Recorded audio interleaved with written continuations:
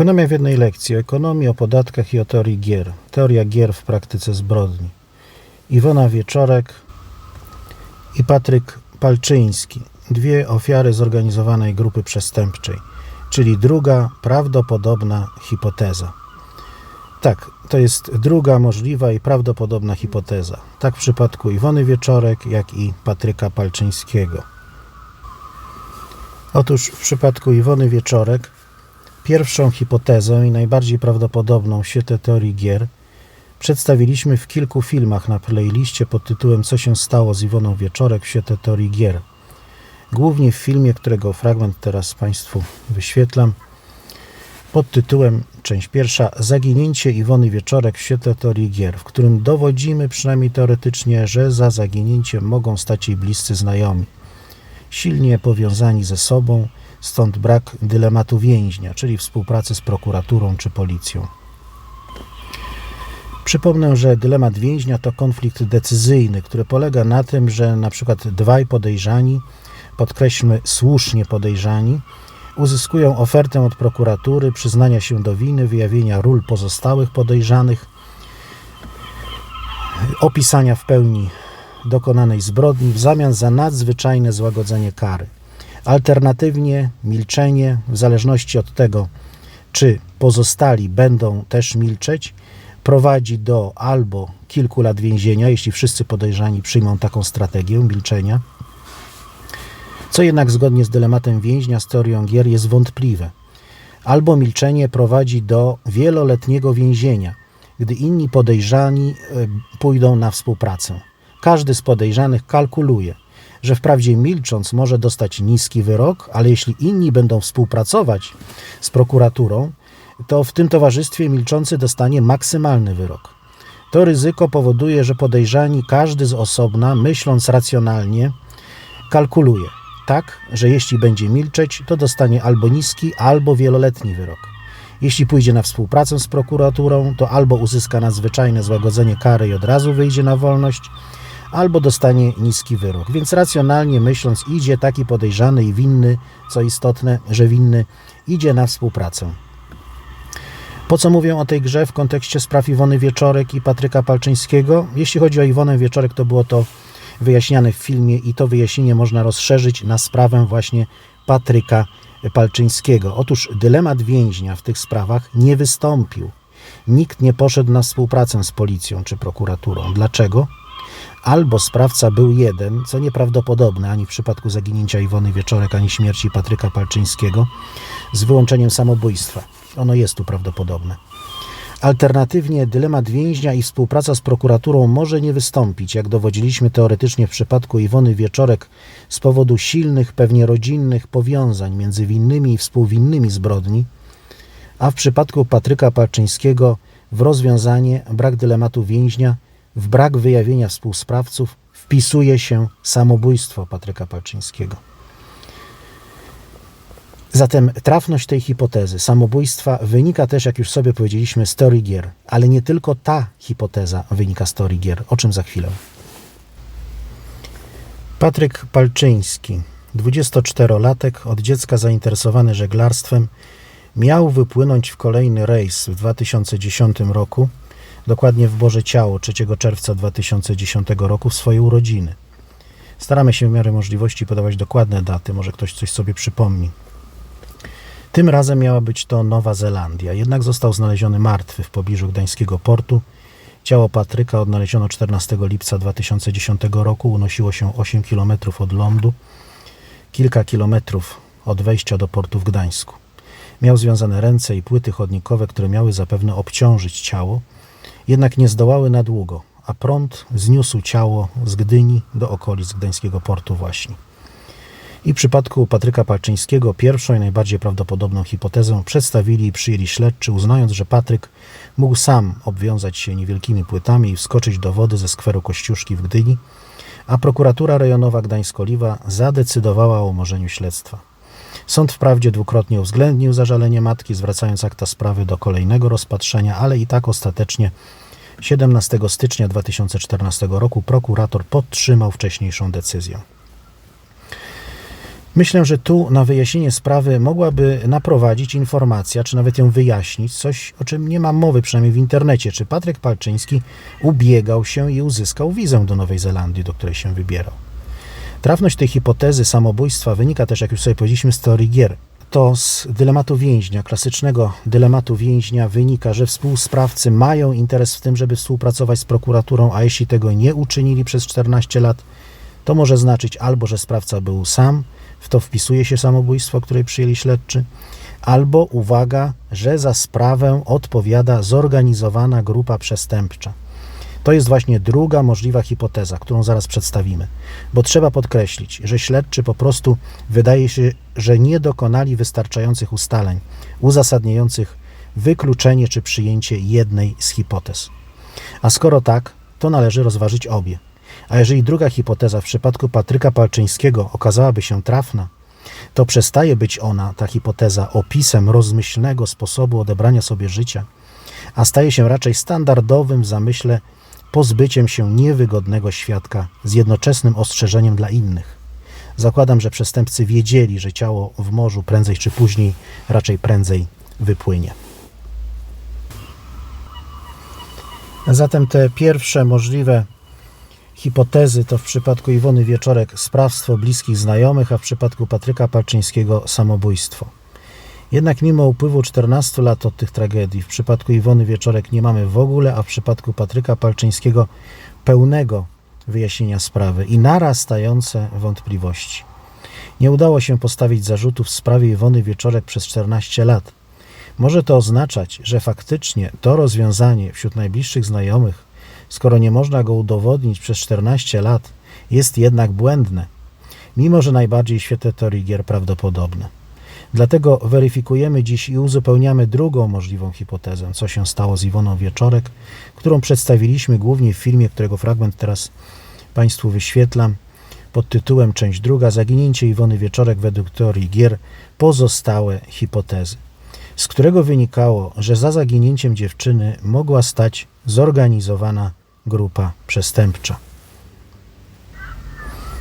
Również w przypadku Patryka Palczyńskiego, przyjmując pierwsze wyjaśnienie jednak za nie w pełni uzasadnione, a to przede wszystkim wskutek kardynalnych błędów w śledztwie, przede wszystkim rozcięcia więzów, co spowodowało, że wprawdzie ustalono później, że można sobie z tyłu więzy związać, ale jak rozumiem nie udowodniono, że te konkretne więzy można było sobie samemu wiązać, tak zawiązane, jakie znaleziono na ciele Patryka.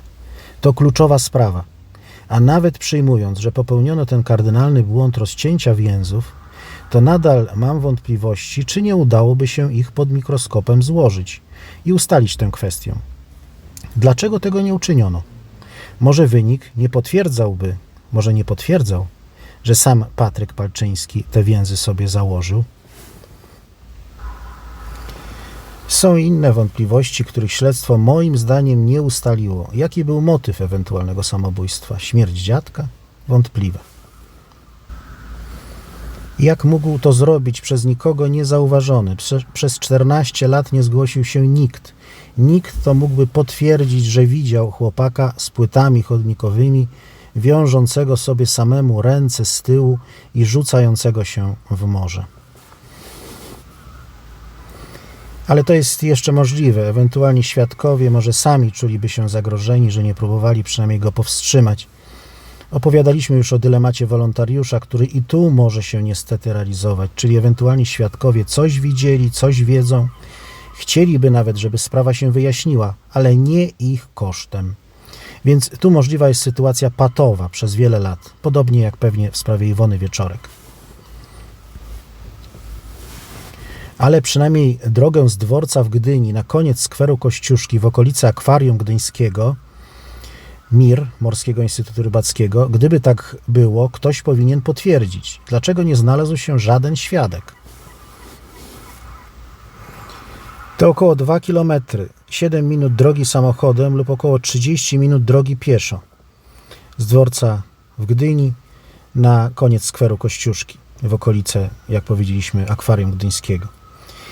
Jednak nikt go nie widział. Przez 14 lat nikt się nie zgłosił. Prawdopodobnie Patryk się spieszył i szybko znalazł się na skwerze. Zatem musiał go ktoś podwieźć. Kto? Nikt się nie zgłosił. Dlaczego? Jak to wygląda w świetle teorii gier? Tu raczej nie ma kosztów tego ewentualnego, neutralnego przecież, bezkosztowego potwierdzenia. Zatem trudno to tłumaczyć dylematem wolontariusza w tym zakresie. A zatem, skoro nie zostało potwierdzone, to może po prostu to nie nastąpiło. Może tak ta sytuacja nie wyglądała. Zauważmy, że skoro nie ma żadnych dowodów na to, że Patryk Palczyński udał się na skwer i rzucił się w morze, zawiązując sobie wcześniej ręce z tyłu i przywiązując sobie płyty chodnikowe, czyli nie ma dowodów na to, że popełnił samobójstwo w wymyślny, ale zdaniem śledczych i biegłego możliwy sposób, to może tak ta tragedia właśnie nie wyglądała. Te wypadki nie nastąpiły. I hipoteza wprawdzie najbardziej prawdopodobna, ale może jest błędna. Przywołaliśmy już 2 gry z teorii gier, klasyczny dylemat więźnia i dylemat wolontariusza, a przed nami jeszcze kluczowa gra w tej sprawie, w tych sprawach, w drugiej możliwej hipotezie. To jest iterowy, wielokrotny dylemat więźnia. Wyjaśnimy więc w tym momencie, co czynione było i w przypadku innych spraw, wcześniejszych filmów dotyczących Iwony Wieczorek, czy także Darii Relugi, też z Gdańska, Katarzyny Zowady z Krakowa, czy Piotra i Alicji Jaroszewiczów, że nie bawimy się tu w gry kosztem ciężko doświadczonych tymi tragediami rodzin. Teoria gier to nie jest zabawa, to nauka, za którą kilkunastu ekonomistów i matematyków otrzymało Nagrodę Nobla za odkrycia z nią związane. Teorię gier wykorzystuje się już w wielu różnych dziedzinach: psychologii, socjologii, ekonomii, polityce czy sztuce wojennej. To, że teoria gier się sprawdza, również w prezentowanych przeze mnie tu na kanale Ekonomia w jednej lekcji na playliście Teoria gier w praktyce zbrodni, potwierdziły już fakty. Otóż m.in. w sprawie morderstwa Piotra i Alicji Jaroszewiczów dowodziłem, że w świetle teorii gier właśnie osądzani, podejrzani nie są nimi, nie są sprawcami. I wczoraj faktycznie zostali uniewinnieni.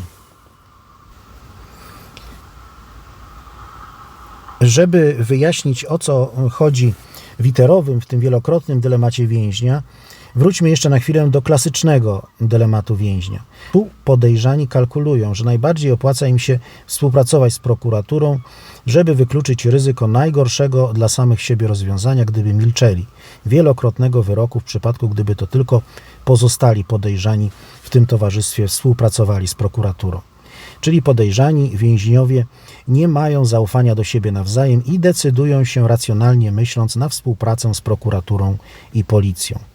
A w przypadku iterowego, wielokrotnego dylematu więźnia, czyli właśnie nie jednokrotnego, a wielokrotnego dylematu więźnia, w którym osadzeni, podejrzani czy więźniowie mają oparte na kalkulacji zaufanie do siebie nawzajem, które bierze się z działającej i skutecznie powstrzymującej przed współpracą z policją i prokuraturą możliwej, skoro to wielokrotny dylemat więźnia, strategii odwzajemniania, czyli wet za wet.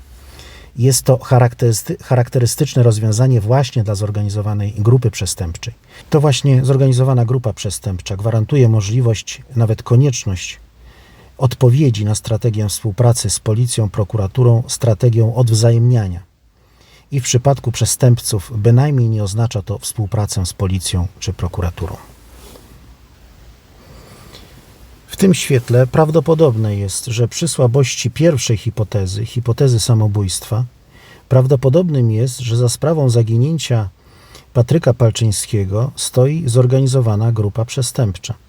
W każdym razie działanie zorganizowanej grupy przestępczej w przypadku Patryka też jest możliwe w świetle teorii gier.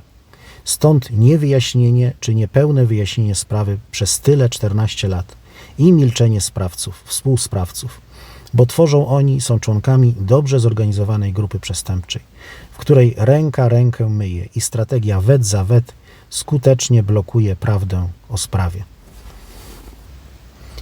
Przemawiać za tym może też fakt, który sprzyjał pierwszej hipotezie, iż gdy Patryk Palczyński wrócił z poprzedniej wyprawy z Karaibów, stał się milczący, tajemniczy, mniej towarzyski, jednocześnie szeroko działający w świecie wirtualnym. Przez Karaiby wiódł i wiedzie do dziś szlak przemytu dużych ilości, w tym na jachtach, narkotyków, kokainy. Mówimy tu na przykład o przemycie 2,5 tony kokainy o wartości 256 milionów dolarów w 2024, w bieżącym roku, o przemycie w 2023 roku ponad tony kokainy o czarnorynkowej wartości 140 milionów funtów, czy na przykład w 2008 roku ponad 4 ton kokainy na pokładzie o wartości czarnorynkowej szacowanej na ponad 200 milionów euro. O, może jeszcze jeden przykład z 2014 roku. Pół tony kokainy na jachcie Bajla, czyli tańcz. Możliwe więc, że młody chłopak, jako wytrawny już żeglarz, był w polu zainteresowania zorganizowanych grup przestępczych związanych z przemytem narkotyków z Karaibów do Europy, w tym do Polski. Nawet jacht pewnie mogliby mu załatwić, gdyby tylko zgodził się na przemyt. Może w opinii zorganizowanej grupy przestępczej jakby rozważał propozycję, którą mógł pozyskać przebywając na Karaibach. Może jednak z szansy dla zorganizowanej grupy przestępczej stał się zagrożeniem dla niej. Niebezpiecznym świadkiem, stąd śmierć. Wątek międzynarodowy nigdy nie był w sprawie badany, jak przekonuje mecenas i pełnomocnik rodziny Patryka Janusz Kaczmarek, wcześniej w latach 2005-2007 prokurator krajowy, a w 2007 minister spraw wewnętrznych i administracji. Takie rozwiązanie jest możliwe i prawdopodobne w świetle niewyjaśnionych wątpliwości, braku jakichkolwiek świadków, także w świetle teorii gier, w tym iterowego dylematu więźnia, w którym strategia wet za wet skutecznie powstrzymuje przed współpracą z prokuraturą czy policją. A brak nawet prób szerszego, w pełni rzetelnego wyjaśnienia sprawy, kwestia więzów czy badań międzynarodowych, może wskazywać, że działa tu też teoria wyboru publicznego. To w latach 80. XX wieku ekonomiści amerykańscy, profesorowie ekonomii, którzy też później za swoje wnioski otrzymali Nagrodę Nobla, na przykład James McGill Buchanan, no więc ekonomiści public choice, wyboru publicznego, dowodzili, że nie tylko na rynku dóbr i usług decydują prawa ekonomii, maksymalizacji własnej indywidualnej użyteczności czy minimalizowania przykrości, ale również politycy, urzędnicy kierują się przede wszystkim własnym egoistycznym interesem, a nie jakimś dobrem publicznym. Dlaczego tak zależało pomorskim organom, jak twierdziła też matka Patryka, na szybkim zamknięciu sprawy Patryka?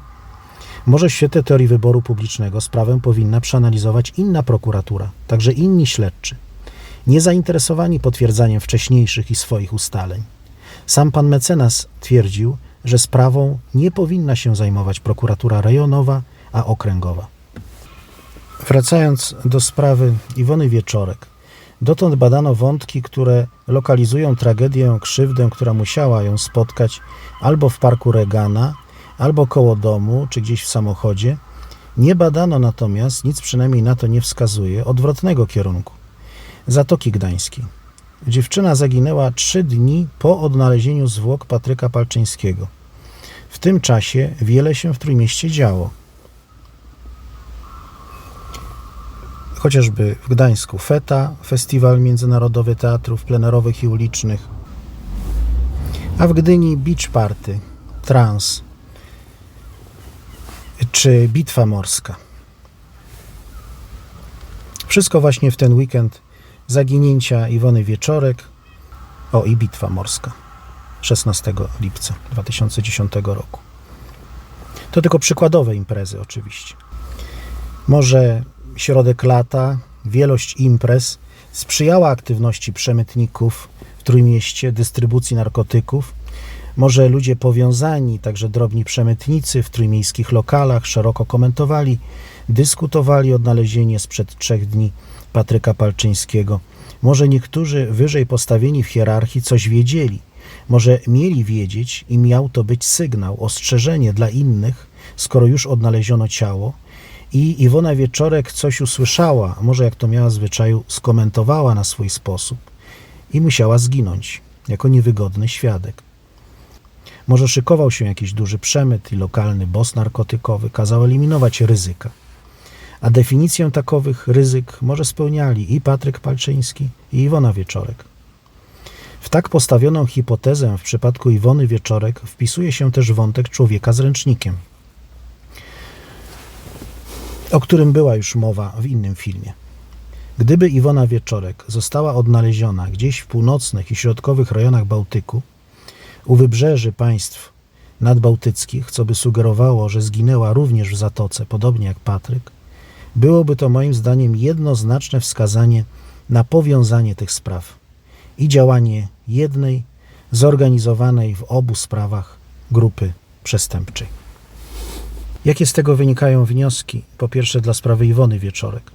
Czy sprawdzono, czy w krajach nadbałtyckich nie ma niezidentyfikowanych zwłok z tamtego czasu, od 17 lipca 2010 roku?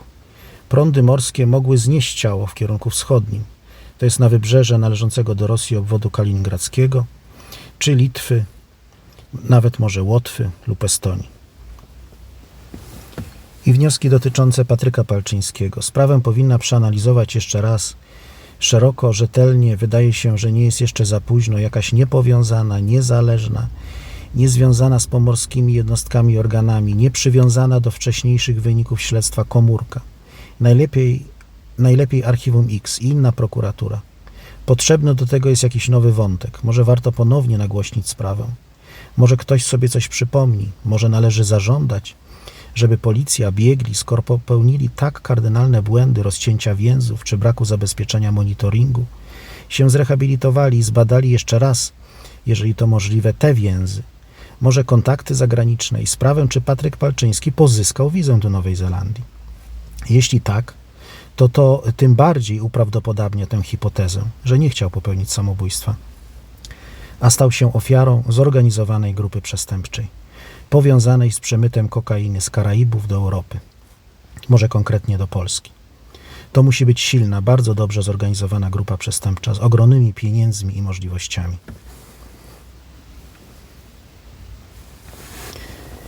Na tym etapie tyle o teorii gier w praktyce zbrodni. Zachęcam do komentarzy, udostępniania filmu, subskrypcji mojego kanału Ekonomia w jednej lekcji, gdzie m.in. w świetle teorii gier właśnie szukamy rozwiązań spraw kryminalnych.